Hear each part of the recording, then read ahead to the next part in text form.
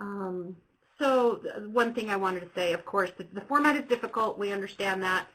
The topic is also important, so we'll try to do it as best we can.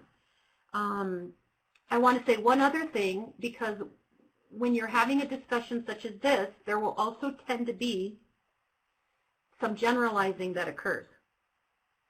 And I want to say right up front that it's difficult to have conversations about these issues without doing some of that.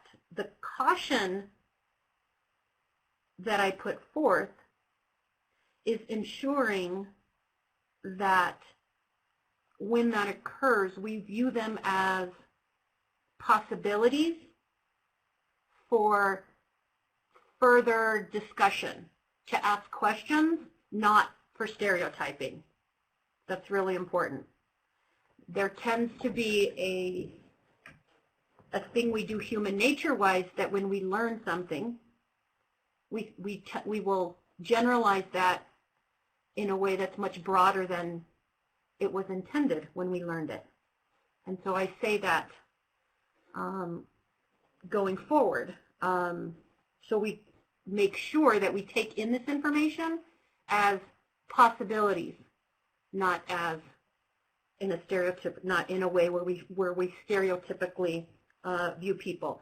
And I say that because as we begin,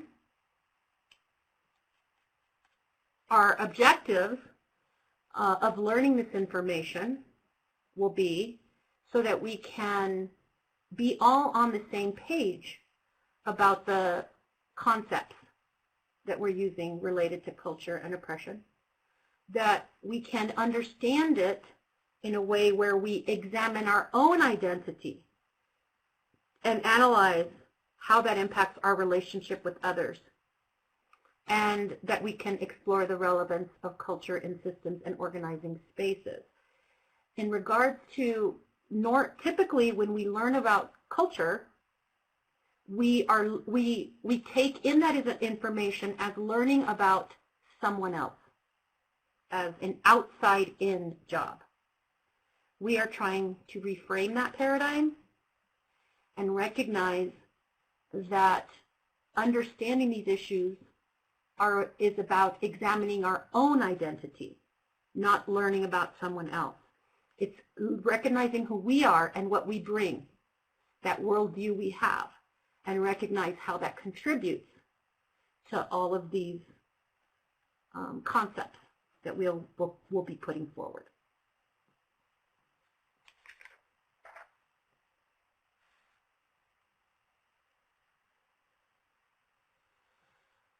So with that, it takes us to this concept of how we have traditionally viewed culture.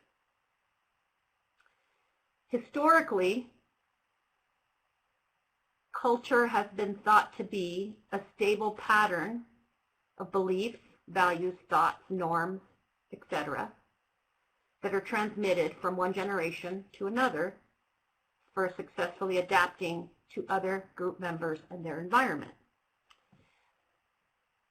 Most of the field has recognized that this is a static and not a best way to view culture. What it appears to translate is that it is something I can hand, for example, to someone. That all of the beliefs, values, thoughts, norms are just handed down or transferred in a static way.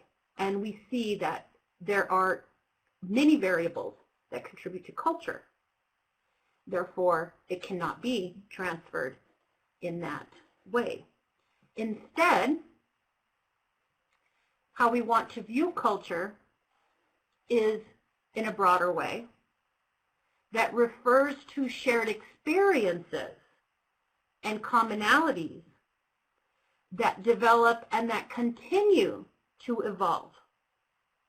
However, those also do so in the context of particular social and political contexts.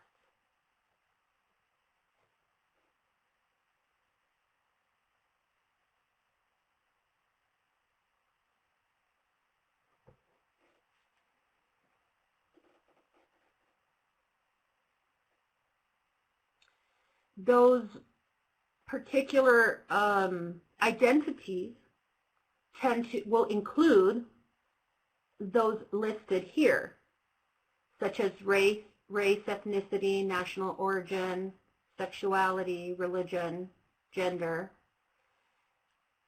and they may include others that are not on here. This is one way of viewing it. And our next slide is a visual of this same concept, but in a way, for me, that graphically I can understand slightly better. So I offer it with that intent.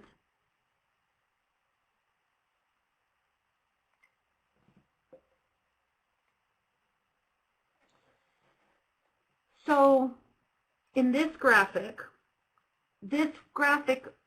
would be a representation of each of our cultures. So in this context, understanding culture is not about learning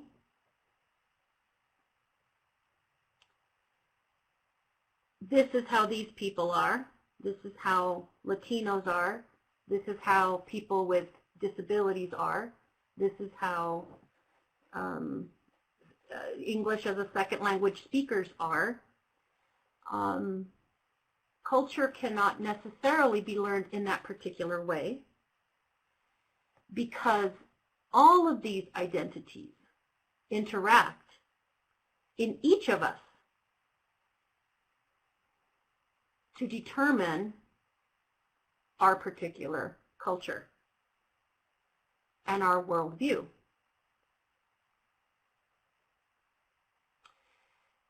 You'll see in the middle, in the what we call the primary dimensions, are those in the center of the box. Age, race, ethnicity, gender, physical ability or condition. Those are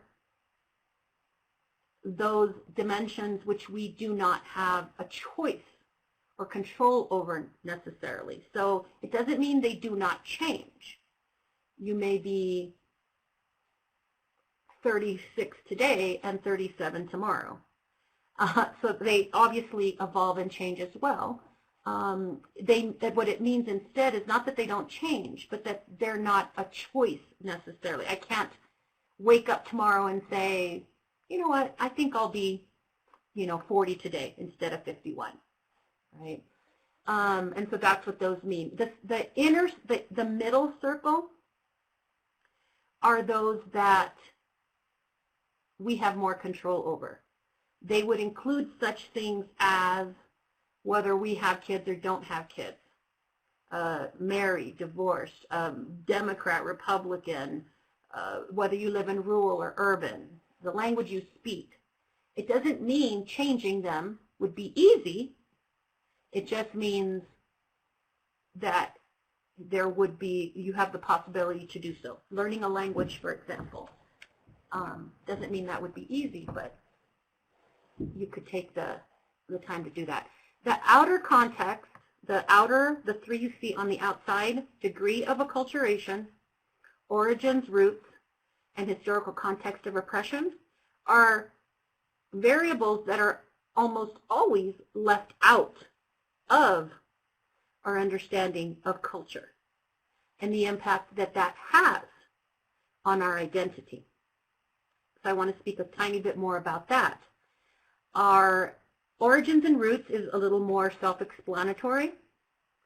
Historical context of oppression, it's important to understand that we mean context of oppression as the oppressed or as the oppressor, excuse me.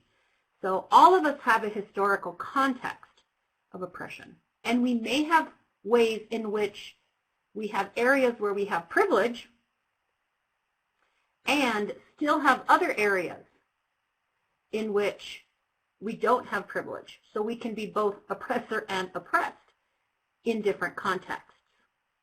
So that's what we mean by this particular graphic. So that's an important context for us to have as we move on with this particular discussion. I want to say a little bit more about degree of acculturation, which you find in the next slide, because often people don't have this context.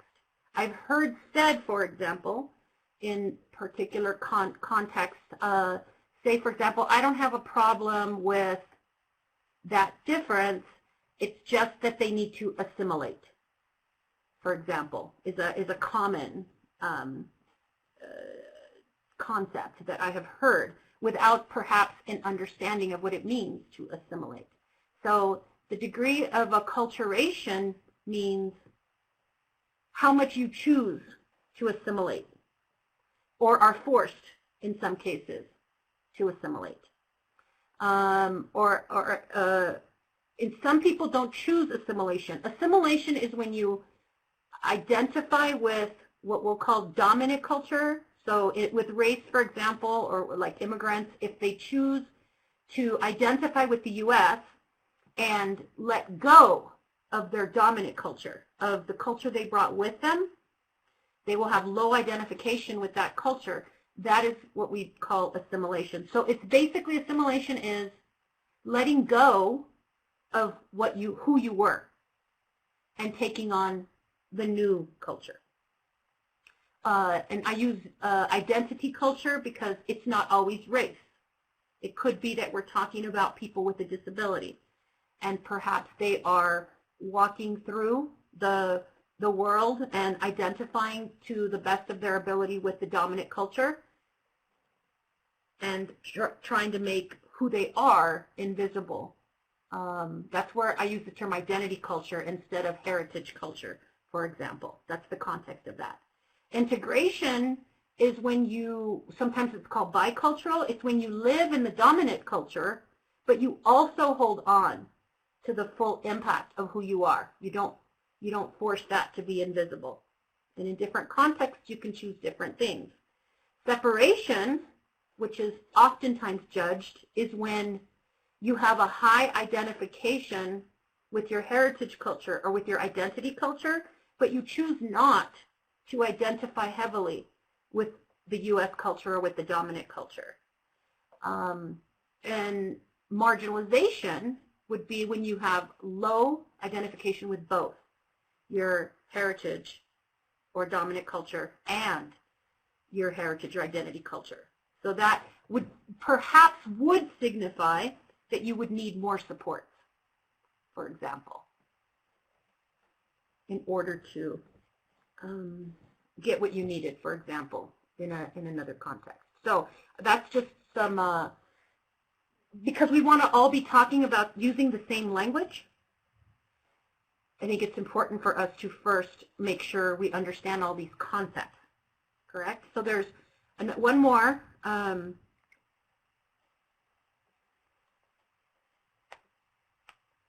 concept that we want to make sure we're aware of, because what this demonstrates is why learning about culture in the way that we traditionally have been is problematic. Because there's an assumption then that we know something about a human based on one element of their identity. Which is why it's important, this concept of intersectionality. Intersectionality was coined by Dr. Kimberly Crenshaw.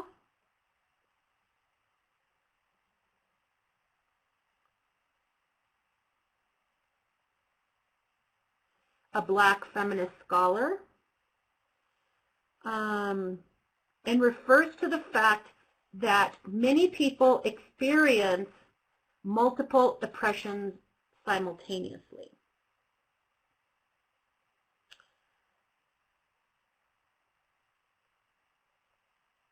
And that there's many aspects of identity that we have to consider. For example, migration status is not just about immigrant or non-immigrant. It could be about, immigrant versus emigrant, citizen versus resident, on a visa, refugee, expatriate, newly immigrated, immigrated 30 years ago. It's much broader. And all these attributes contribute to a person's identity and culture.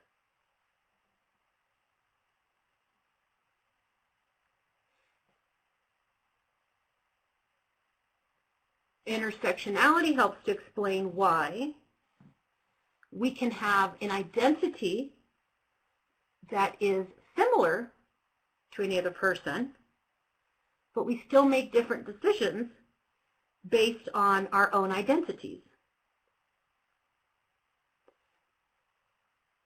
related to all of these aspects of intersectionality. In addition, the importance of understanding intersectionality is not just about understanding that all of these identities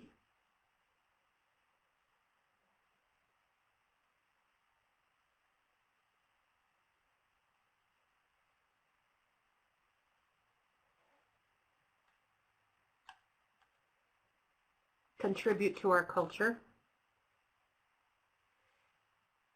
What is also important besides that, which gets left off many times, is how these intersections between identities interact with systems of oppression.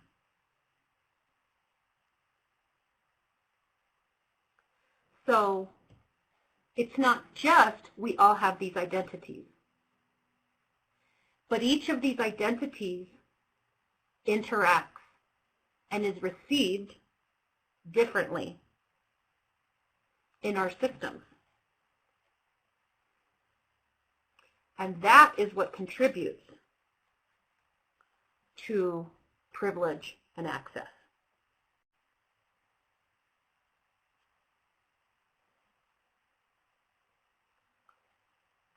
So moving on quickly,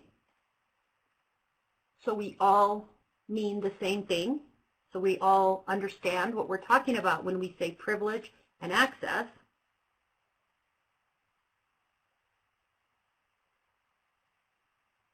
Oftentimes, we say oppression is conflated with adversity.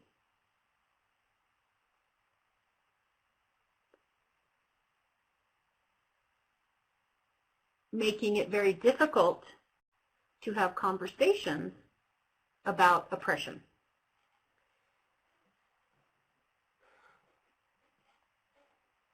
Because we tend to, human nature, make us feel like we have not had it easy. You know, you don't know me, I've had problems too. Oppression and adversity are not synonymous. Everyone suffers adversity.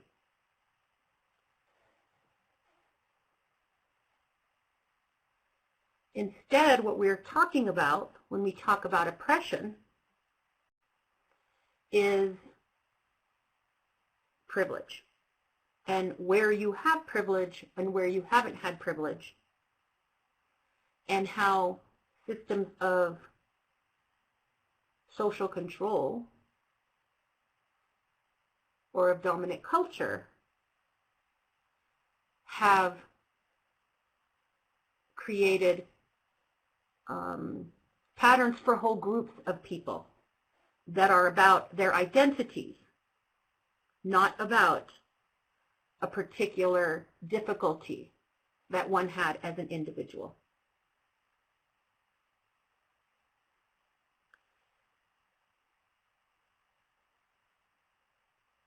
A way to instead understand privilege is that in all cultures,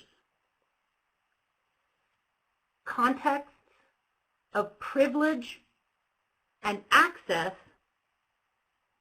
are created by certain norms against which all other subgroups are compared.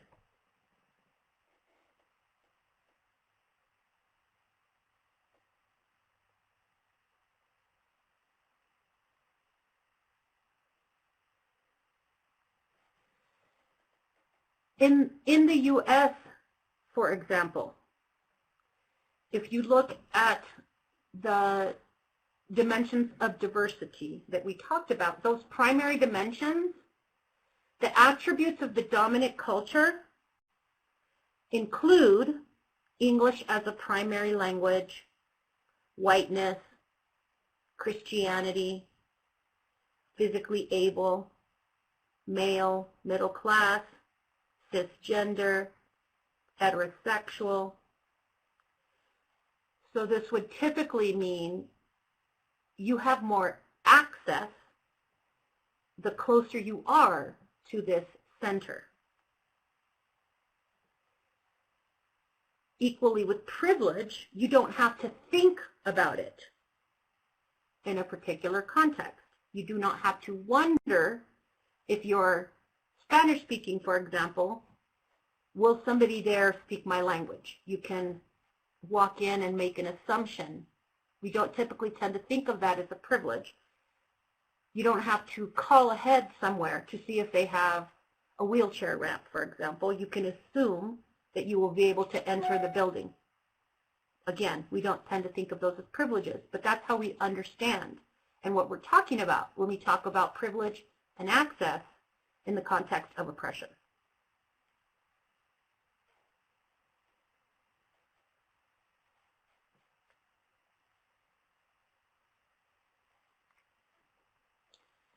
Oppression is another term that we toss around and often make assumptions about what we mean and about whether we all are thinking the same thing when the terms are tossed around. And so this particular, I find it easier to have graphics to explain concepts that are very difficult. So this is my attempt because oppression is a very complicated concept and issue. I have oversimplified it for the purposes of getting us all on the same page about what we're talking about. So I want to put that up front, is I oversimplify it so we can understand it. However, it's more complicated. But to explain this cycle, so we all kind of, I've been in trainings where we ask who understands what oppression is, and everyone raises their hand. But when you ask someone to explain it to others, it's not something most of us want to do because it is so complicated. But what we basically mean when we're talking about oppression, again in an oversimplified way, is there is a myth. There is some kind of misinformation that has been received. There's some kind of stereotype that somebody learned. I call it, it's the story we created, right? With lack of information, we will create the story based on everything we've learned. So that leads us to how this gets reinforced. So those myths, they then become socialized, and they're reinforced by our institutions, by our culture, by our government, the media, family, education, religion, by our friends, by those people that are part of our circle.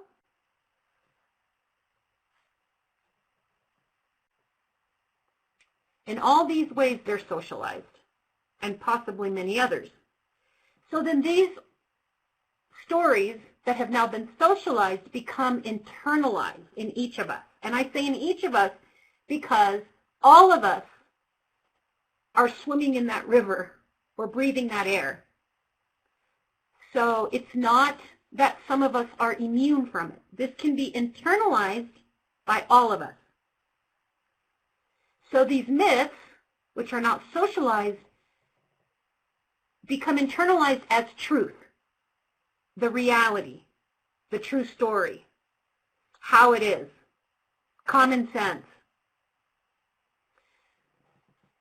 These are all ways that it's internalized. And so this difference, because everything is measured against the dominant culture, so this difference now becomes the deficit or the weakness, the thing we need to change, the thing we need to make better or educate, because it's different. That's where the internalization occurs. And it can occur in the oppressor or the oppressed, or in the agent, you know, or the target, whatever language you choose to use. It can happen for either. For example, you hear people that are saying, well, if they're going to call me a thug, I'm going to act like a thug. That is an example of how internalization can play out. The opposite can also occur. There is a study of young girls who have been told, for example, girls have been told all their lives they're terrible at math and science, so when they don't do well, it's like, oh, well, that's just, girls aren't good at that. However, when they've done studies now where they tell girls, they give them a test and tell them, for example, you are amazing. You have an incredible aptitude for math and science. So we're going to put you in this special class and, you know, to foster that even further. And these are all girls who did not score well in math and science.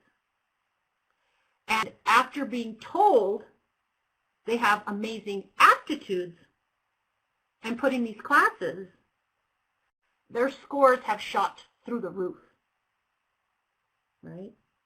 And so that demonstrates the way how we're socialized, for example, can be internalized, both in negative ways and in positive ways.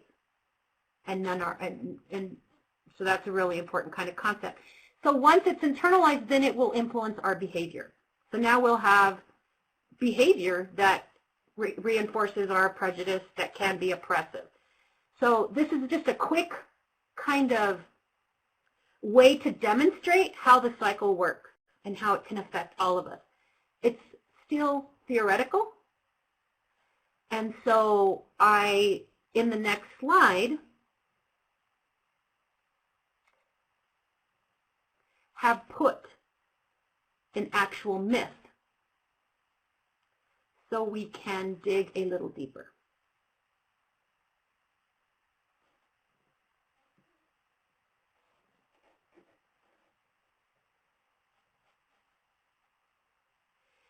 I use the example that domestic violence is more prevalent in communities of color because those cultures condone violence.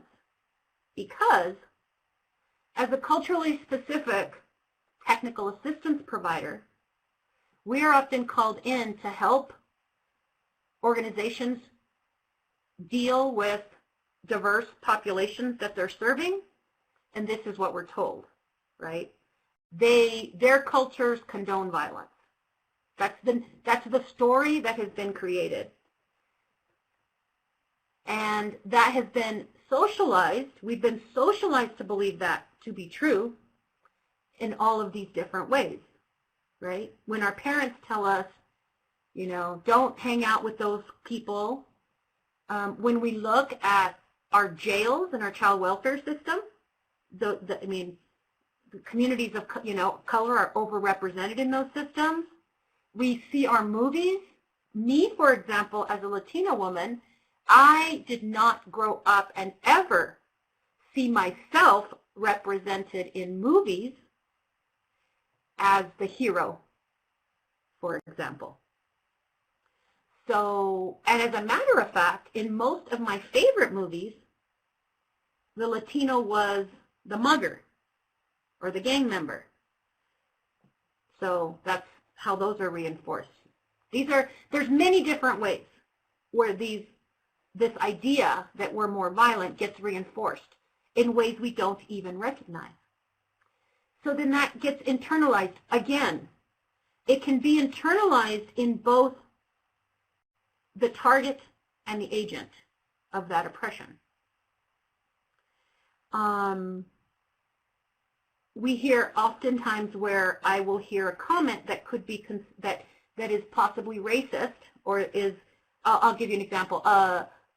Latino cultures are more violent because of machismo. Those cultures condone, Latinos condone violence because of machismo, which machismo is another way to say paternalism. And Latino cultures don't have the copyright on oppression, on paternalism.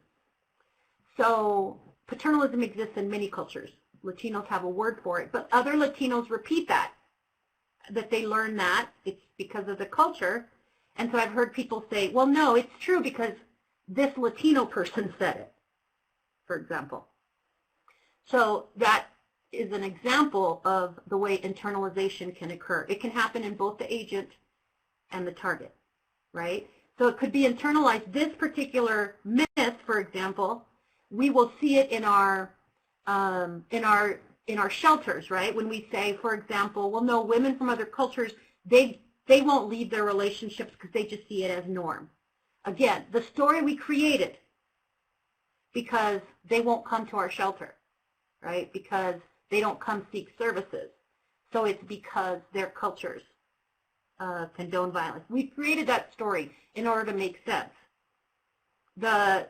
We have a workforce that's afraid of men of color. We see oftentimes we view women of color's parenting, and it doesn't fit the standard stereotype of what appropriate parenting should look like. It's judged by this other standard, and so they're not as nurturing. They use physical violence more. It's the context of their decision-making or the context of why they do things the way they do is left off. Instead, we decide it's inferior, right? We're not taking into consideration, for example, if, which there are a few studies that say physical violence or physical discipline may be more common in African American communities. But the context that's left off of that is, for example, how has the historical context of oppression and slavery, where African American people had to use physical violence against their children to keep them in line so they weren't killed by slave owners, that whole context is left off of the story, right? Because we have I haven't heard of any parenting classes, for example, that are culturally specific for African American women that take that context into consideration. They're going to mainstream classes that what I hear from some African American women is they're trying to make us parent white, right, in the dominant way. So just to demonstrate how the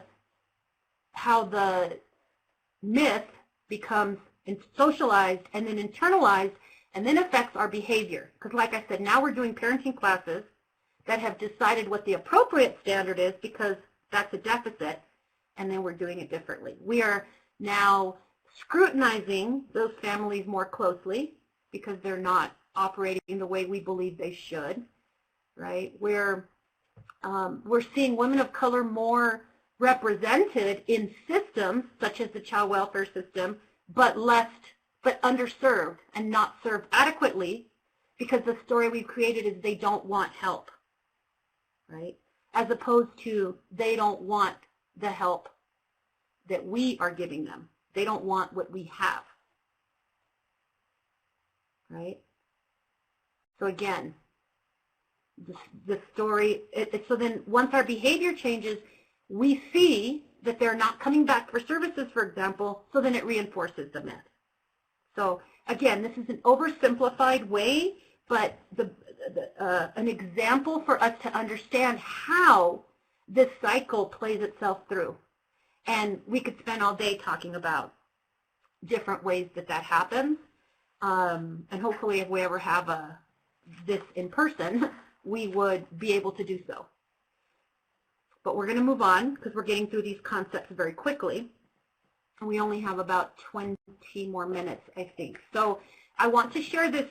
One of the ways that this can play out is through this, why it's important for us to understand our own cultures is if we get underneath the values that inform a culture, we can better understand and interrupt that cycle, right, of oppression, which is a very difficult concept.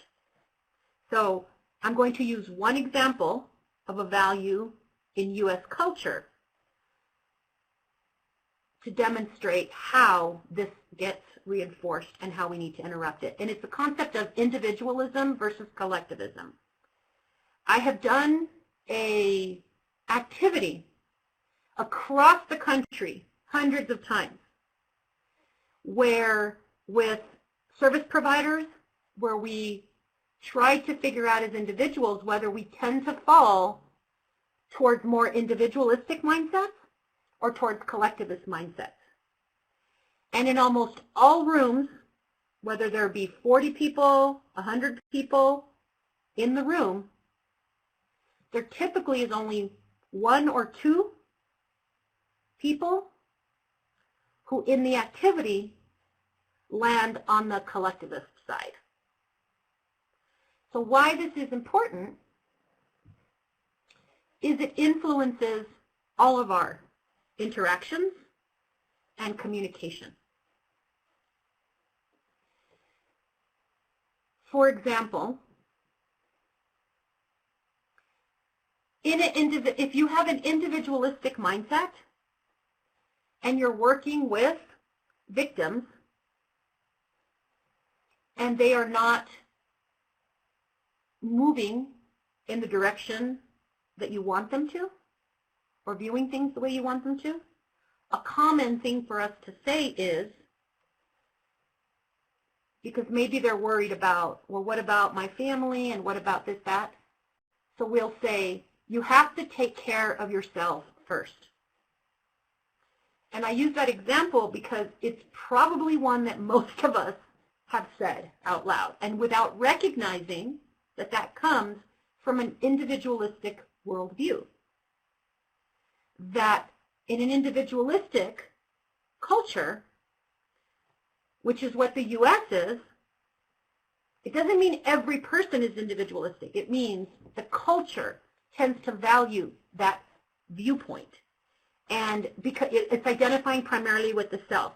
Our sayings, such as you have to take care of yourself first, pull yourself up by your bootstraps, all of those demonstrate this value on the individualism. That if you take care of yourself first, that will guarantee the well-being of those around you. We're in collectivist mindsets, the survival and success of the group, looking after the collective, is what will elevate you as an individual. In an individualistic culture, independence and self-reliance are stressed. That's most important, and you make decisions based on those. But in a collectivist one, interdependence. The interdependence of the group is what is valued, right? In a collectivist society, group members are close psychologically and emotionally, but distanced toward non-group members. This story usually plays out, for example, when we hear that, I'll use Latinos because that one I hear a lot, is Latino people are very private. They won't share what happens in their home behind closed doors. Again, a story that has been created to make sense of what someone sees happening.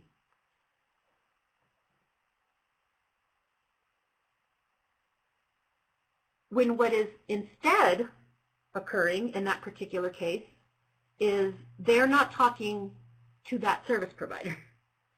I, as a Latina, do not find Latinos to be very private. They do talk to people, but they may be distant toward non-group members. So they might be talking to other Latino people. They may tend to distance themselves. Religion is another one that could fit in this. Collectivists, a lot of people of color, for example, go to or their faith, and we see it as faith is either a problem.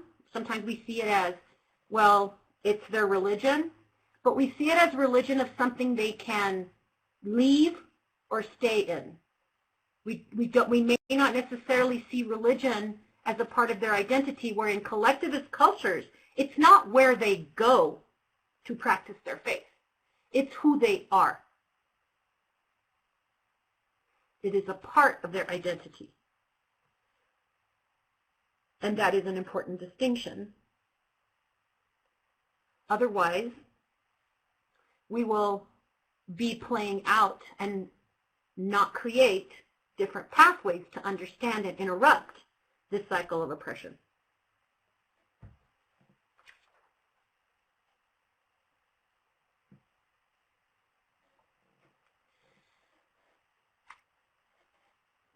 So it's also important when we understand culture that we are not, that there is no American that in the U.S. who is like another American in the U.S.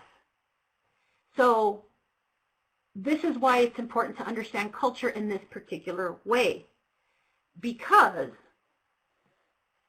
what we're saying instead is that there is a handful of core values and beliefs that underlie and permeate the national culture. Individualism is one of those. It doesn't mean every single person has an individualistic mindset, right? This is back to that generalizing versus stereotyping. But it means that that is a value as a culture that's placed. Doesn't mean they apply across the board in every situation. We may even act in ways that are completely opposite, but they're still at the heart of that culture. An example of that would be like the right to bear arms.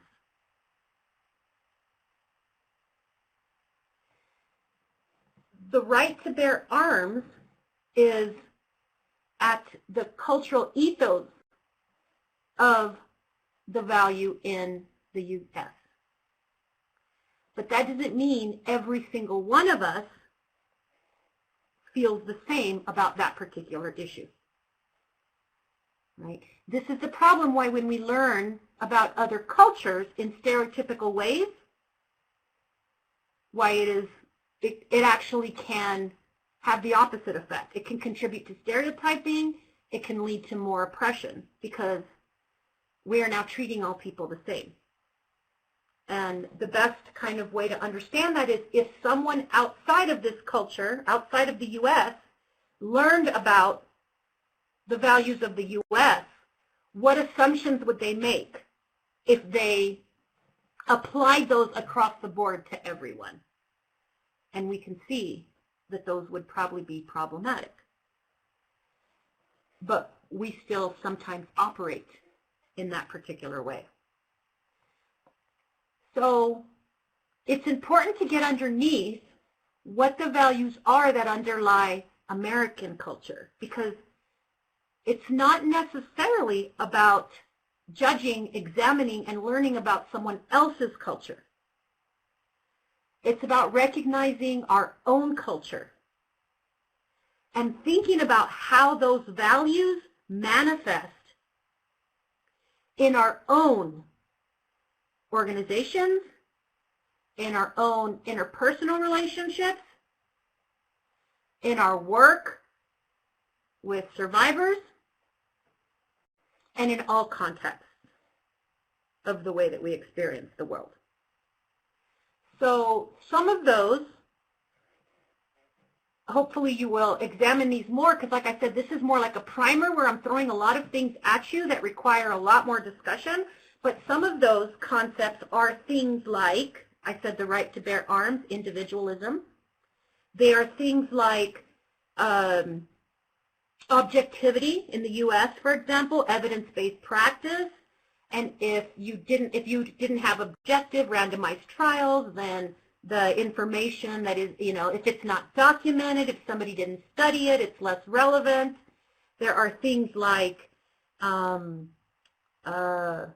patriotism, right, in America. Things like fear of open conflict, where we don't discuss, you don't challenge, you be respectful and you be nice. There could be things like, I always say there's a sense of urgency in the U.S. Everything needs to be done. It needs to be done well right now. Numbers are more important, right? Data quantity, the quantity of how many you did. Yeah, right. Do 10 webinars is better than quality. Maybe only meeting with one person, but doing it in a very comprehensive way, right? One has more value than the other. We could go on and on. And I say it's a primer because it's important for us to examine what these things are. For example, that you have to be doing things all the time. That one's really important, and we don't realize how it then impacts all of our work. I say that's right. It's against the law in the U.S. to stand around doing nothing. Right? We call it loitering. And we don't think about that, but that is a value that we have. You cannot stand around doing nothing. We call it loitering. But what happens and why all of this context is important is because there's loitering laws at malls, for example. But if there's 4 women with shopping bags standing outside of their car, chit-chatting for an hour and a half before they leave, although the law exists, is someone going to call the police? It's unlikely.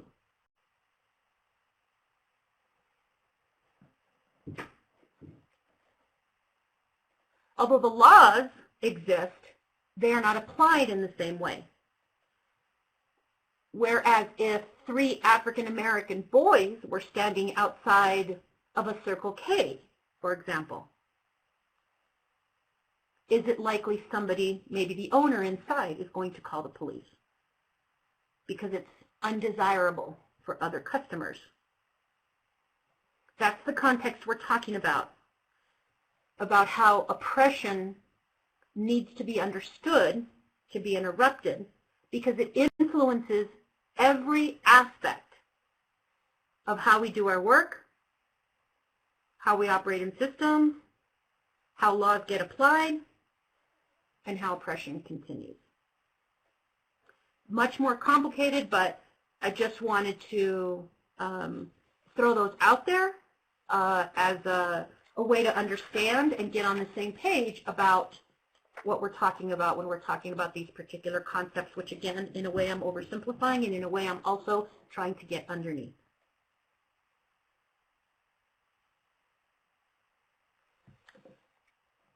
So the important takeaway from us getting on the same page about what we're talking about in the previous slides is that meaning is assigned.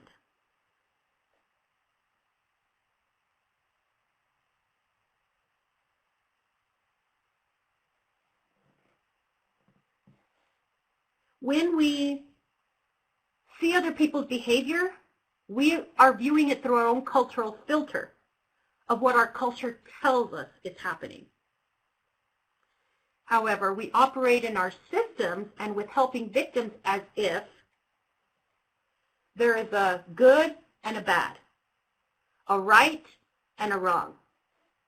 Another element of U.S. culture. right? Is this binary. It's good or it's bad. It's right or it's wrong, right? And so that will influence everything we see, which will lead us to make statements that are what we think is common sense, like you have to take care of yourself first, which really have an incredible amount of cultural implications, right? If, for example, in the U.S., if you had an organization where 10 people are making $100,000, you have $1 million budget, and you lose a grant for $100,000, right? In the U.S., it's common, well, unfortunately, we have to let one person go. That's an individualistic mindset. You don't realize how it permeates all of these cultural worldviews influence everything that happens in our organizations because we have to let somebody go. Whereas in Japan, for example, which is a collectivist mindset, it would be equally common sense to say, well, unfortunately, we all have to take a 10% cut. Common sense, nothing else we can do about it. Again, we could do this all day. We're moving through this very quickly, and it would be really important that hopefully in your organizations you have some of these conversations because it's much more difficult to get underneath than we think when we understand things in a superficial or a transactional way.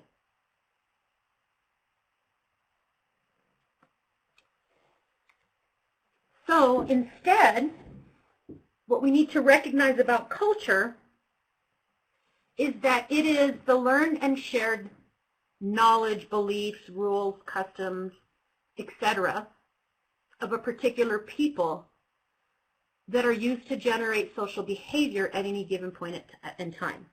So culture makes each of us who we are, but it's a combination of various identities that contribute to our culture, and every single one of us has it. It's not something other people have that we need to learn about. It's something that we have, that we bring to the situation, and that if we're not careful, we impose in the situation. And it's important to remember that organizations and systems have cultures that are embedded in these worldviews that can be oppressive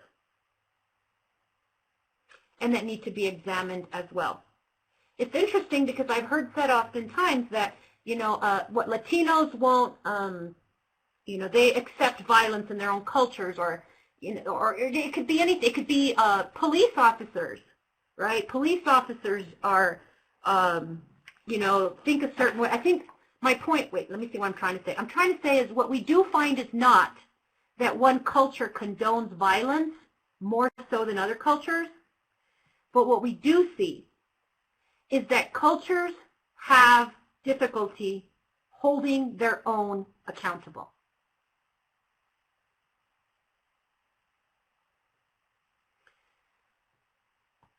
Which is why I said the police officer. Law enforcement has a culture also, right? And when you understand and live within the culture, you see a context that others might not see. And so it influences what you see, what you accept, what you think you have to respond to. Similarly with certain communities of color, politics, whatever it is you're talking about. Child welfare, when somebody, an outsider, is trying to give them a particular worldview, and the nature is to say what you have to understand is, because you're outside the culture so you don't understand, so they're trying to make you understand why they have to operate. All these things is what makes it so difficult to create new pathways, but something that we need to think about. Otherwise, we will be perpetuating the same oppressions, right? We need to understand that communities have different cultures, and it's influenced by all these things. And if we want to interrupt that cycle, if we want to understand the oppression and instead be working to promote equity, then we need to get underneath all of these and figure out ways to create new pathways. So this concept, I want to take us to this concept of the cultural competency continuum. This is created by Terry Cross. It's not my own work. And I apologize for the graphic makes it appear as if it's hard to do a graphic. The bottom line is that you may live in, it looks like you can only live in those two that are connected. That's not the case. They're not static in that particular way. But the important thing that I just want to say about this slide is oftentimes we think that we'll say stuff like, well, we help everyone, right? That's what you're operating from a place of cultural blindness. So you're dismissing differences, and you're perhaps providing services with the express philosophy that you're unbiased, or that culture doesn't make any difference. That the helping approaches that you're using for the dominant culture can be universally applied for everyone, right? And you're also in that place, you're also encouraging assimilation, right? You're saying everyone needs to assimilate in a way. So cultural, we oftentimes think, I don't see color. We hear that, right? As if that's the right way to operate. But I offer this to say that is problematic. And many organizations and service providers actually live in this cultural incapacity. You know, the left side of this continuum, the left three circles being more harmful. The incapacity, it means you don't intentionally seek to be destructive, but you lack the capacity to serve anyone beyond the dominant culture. And so that is problematic, right? The culture destruction, that's kind of what we're talking about, like genocide, right? What we're trying instead, and I like to say increasing our cultural capacity, because this cultural competency term is also quite controversial, because it assumes you get somewhere, you get to the place where you understand, and that doesn't happen. You don't land finally. But instead we're moving towards acknowledging and responding, doing things different is what we're talking about when we talk about this pre-proficiency. Cultural proficiency, the closest I can get to explaining that is when you actually are contributing to the knowledge base, for example. You're operating in a way, well, it doesn't mean you're not learning anymore, but you're operating in a way that is still developing your own cultural capacity, but you're also adding to the knowledge base of culturally competent practice. You're elevating, right, certain standards. You're publishing and disseminating results of demonstration projects on race, equity, other oppressions. You're hiring, you're elevating the equity specialists for staff and people who have knowledge of the community they're serving. You're prioritizing different things. So I just wanted to make sure we understood that concept, because we're not on the same page about that a lot of the times too. So with that, I want to say it's really important, because violence is present in all cultures.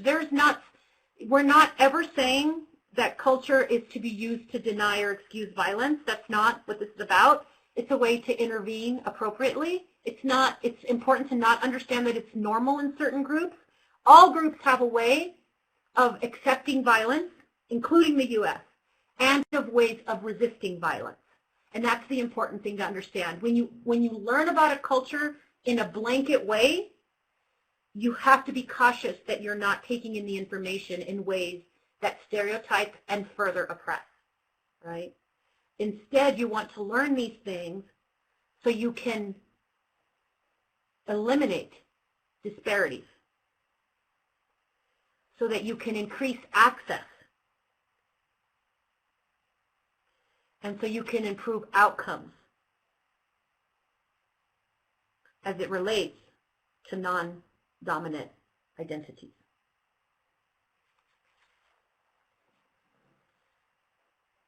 we're not going to go through all of these slides, but I included them because I think it's really important to understand the context of why it matters, right? People of non-dominant cultures have fewer options. They have less access. They have bad experiences with people that are supposed to be helping them. They have different perceptions of what is available to them, of what they need.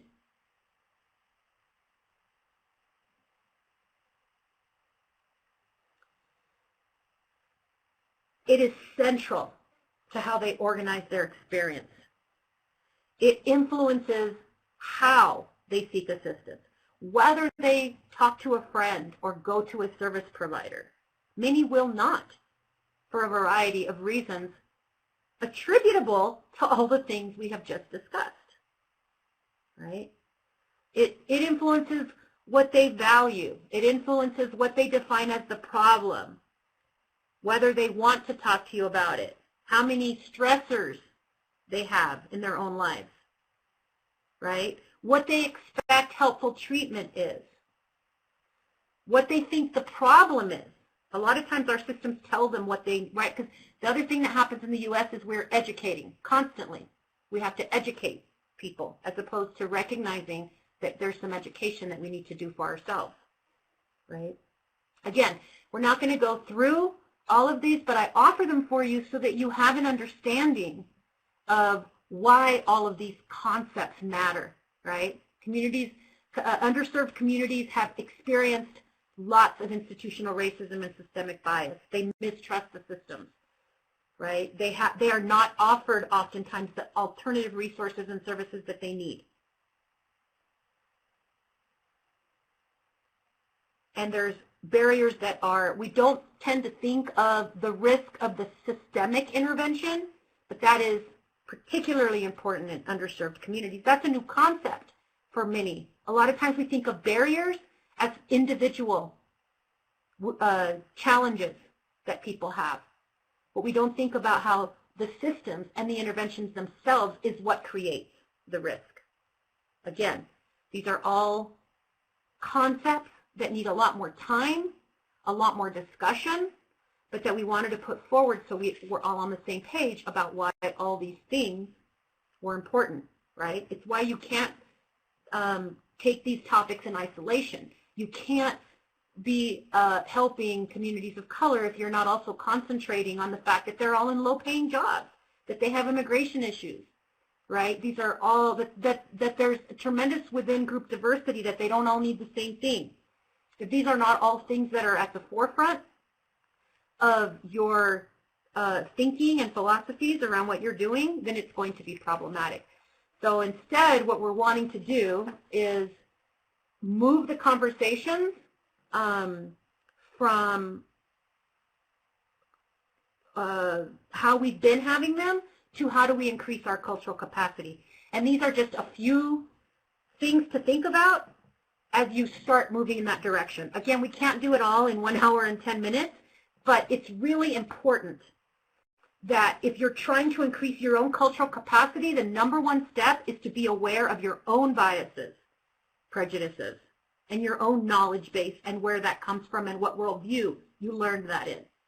That you recognize your professional power and avoid the imposition of those values, which we will tend to do on a day-to-day basis, just as we manage our lives.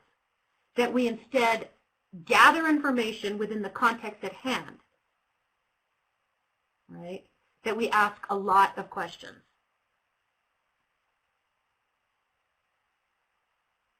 And that we not work alone, in isolation.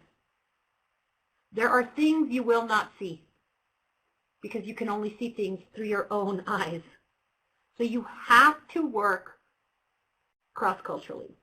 You have to create linkages and collaborate with culturally specific individuals, groups, organizations, experts. You can't do it on your own. So these are questions that I'm posing for you to think about as you leave this session, that hopefully you will continue to I'm sorry, like I said, we had to go through this real quickly, but hopefully this will just inspire you to either recognize or to recognize that you want to learn more about this, like a little seed hopefully will be planted, or that if you already had that seed, that it will promote you to even enhance that even further. Because as we see here, if we are, equality has to do with giving everyone the same thing. This is interesting because this picture is even problematic and is controversial, and if we had time we could discuss this picture because it also assumes a level playing field, which is not the case, right? Some of these boxes are actually in a hole, and it has other problems, but I use it just to demonstrate that when you're giving everybody the same thing, and we think of that as equality, that doesn't mean you're going to come up with the same outcome. Everybody doesn't, if what you focus on is the outcome, then you recognize that to get to that outcome, you need a different thing. And that's what we're talking about when we're talking about equity. And equity is the concept that we work towards as opposed to equality. Or that's more ideal. So with that, hopefully, we didn't get a lot of chance to talk about it, but this concept of discomfort is really important because a lot of people conflate comfort with safety in the social justice field. If somebody makes us uncomfortable, we want to remove ourselves. It's a trigger. That's conceptually very important when you're dealing with trauma and working with victims. However, when you're trying to educate yourself on the concept of race, it can become very problematic because if you conflate safety and comfort, and then you do not grow and learn and challenge yourself when you're uncomfortable. And that's going to be necessary in order to have these more difficult conversations about oppression, right? And recognizing the ways that what we've been doing could be harming people, right? So we want to make sure we increase our own awareness of our own cultures and our own privilege and our own biases. That's the first step for being able to do this work. Right? We want to recognize that we are assigning meaning based on our own cultural lens, and instead switch that to work from inside the worldview and the culture of those we're trying to help. And that's what we would need to do if we were trying to promote equity. So with that, I'm going to turn it back over to Jorge, and then we have a few minutes, maybe like 10 minutes, 5 minutes for questions or comments. Thank you, Ruby. Can you hear me? Yes. Thank you, Ruby. And yes, let's invite participants to, thank you.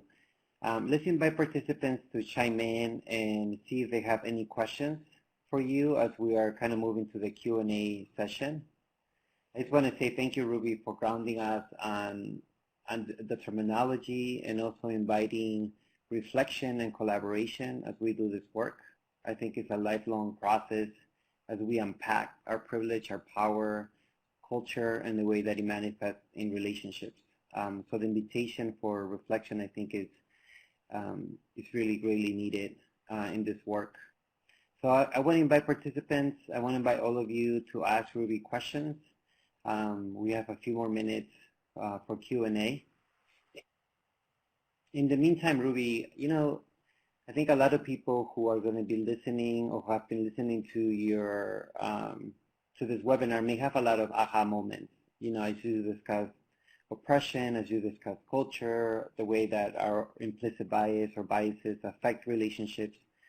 I'm wondering if you could give us maybe from your experience some ways that you support organizations through technical assistance around oppression, around grounding them, on power, creating a more liberatory spaces for staff, for clients to thrive. So I'm wondering if you could give us some example of those assistance that you have given to organizations or some technical assistance that you have provided. So just maybe giving some people some ways that you can support them in the work. We prefer more comprehensive TA than, like I said, these webinars are very difficult because you're opening up a lot of very complicated concepts that you want to be able to actually dialogue on.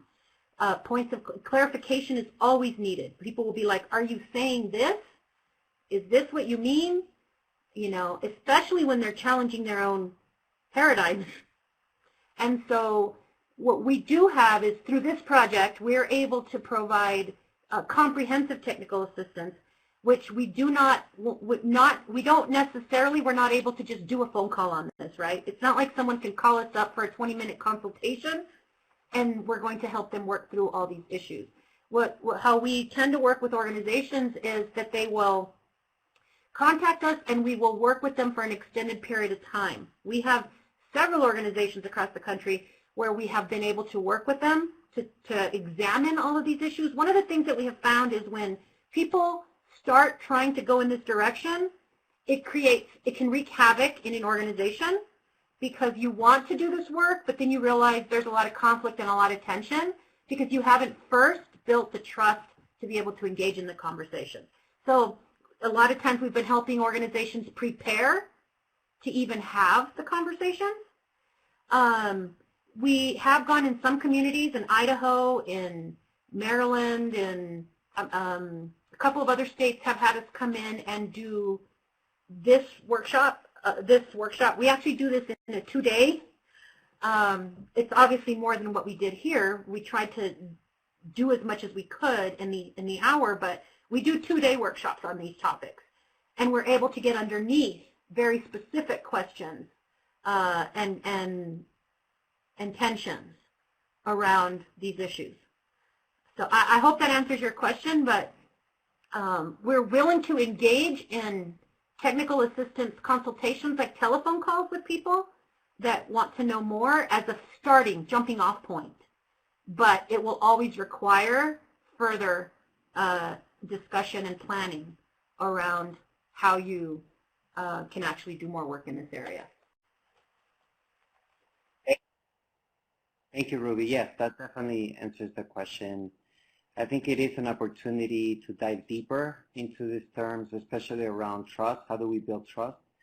And also, too, about power. How does power sharing could be integrated in organizations so we can center the voices of all staff and then also community in order to shift the way that we create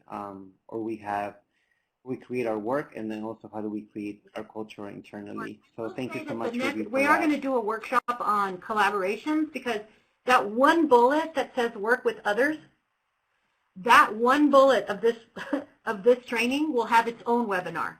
Because what does that mean to work with others? What does it mean to share power? What does it mean in regards of changing the paradigm of what we're doing to a way that promotes equity?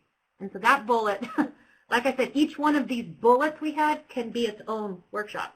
So that one we do have scheduled, I think for next month or something. So I'll put on everybody's radar to get a little bit deeper at least on that. What does it mean? What is power and how do we work with others? August 19th to be exact for your next webinar. So we look forward to that. And again, we're having also this conversation in Spanish. So there will be one on Wednesday around oppression as well for Spanish-speaking providers as well. So we have opened that space to bring people who speak Spanish into that conversation. So we have 4 more minutes. I know it's hard to often ask questions around oppression, around privilege, around power in a forum. So we invite also to email us at reachingvictims@vera.org. If you have any questions around the webinar, if you want to get connected to Ruby, or if you have if you want to invite us for technical assistance, I could walk you through the process. So again, is reachingvictims@vera.org. And Angelina, if you could switch the view to the evaluation, I would love. So right underneath the PowerPoint, you will see webinar survey link, or if you can click on the word webinar survey link underneath the PowerPoint. Once you click on webinar survey link, you can click to browse to, and that will give you access to our evaluations. Approximately 3 to 5 minutes to complete the evaluation. So we appreciate your input and your thoughts and how we can make this experience better for all of you. To also download the transcript, you can press save and that will give you access to download the transcripts for today. So we're at 3:28. I want to thank you again, Ruby, for your time, for grounding us in this important conversation, and the invitation to continue for reflection, for continuous reflection.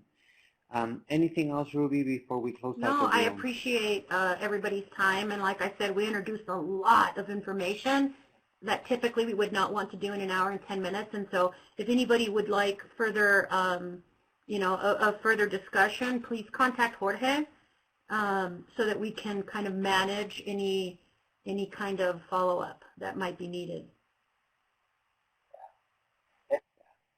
And the one way, I think, as you go back to your organization, if you share the recording with your staff, if you give people the materials and questions come up as you are discussing or involving in critical thinking and critical conversations, then we're able to bring your needs and wants through our TA. So again, thank you so much for your time today. Again, you can reach us at reachingvictims@vera.org. And I want to thank all of the staff, the interpreter, the captioner, and all of the staff at Vera who makes this possible. Thank you and have a great afternoon and a great day.